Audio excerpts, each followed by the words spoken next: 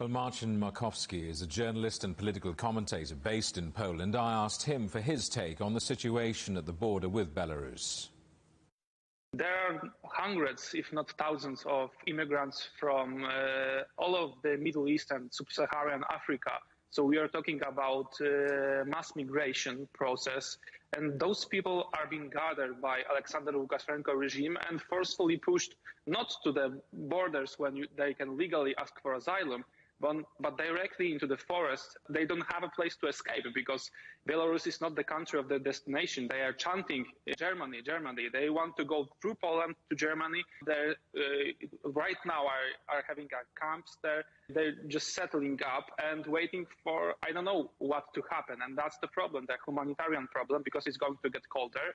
And they don't have a place to stay apart of the tents, and they don't have anything to eat. So it's going to be worse and worse every day.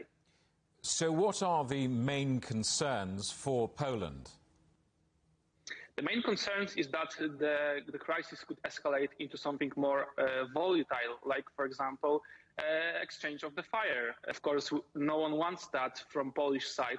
But when you have like 3,000-4,000 people that are desperate, behind them the border guards of the Belarusian regime, and everyone has weapons from both sides, and the incident could happen. It's in the air, and everybody in Poland is feeling that tension, that we could have something like a hybrid war with Belarus, and behind Belarus with Russia as well.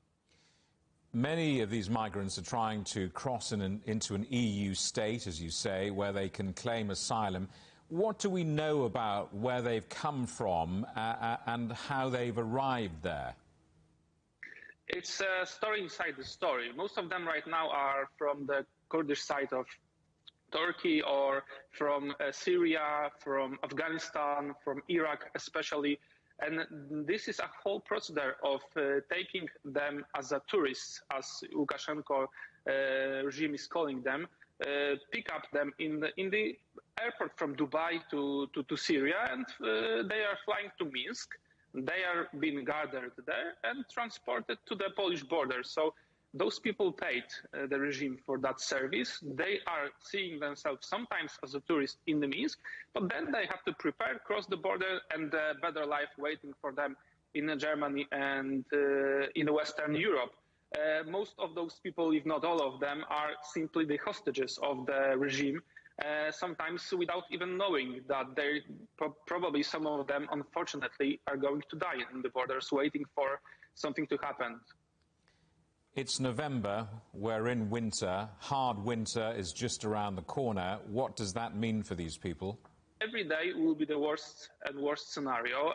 Alexander Lukashenko regime, I think, is waiting for this situation to get more severe in a matter of humanitarian crisis, to blame the West that they're not interacting, not helping those people. But they're on the Belarusian side, and if we will guarantee them a safe passage, that will mean that the eastern border of European Union is not being defended, and this is a precedent that we know what happened in 2015, and Germany, France, especially European Commission, don't want to allow that.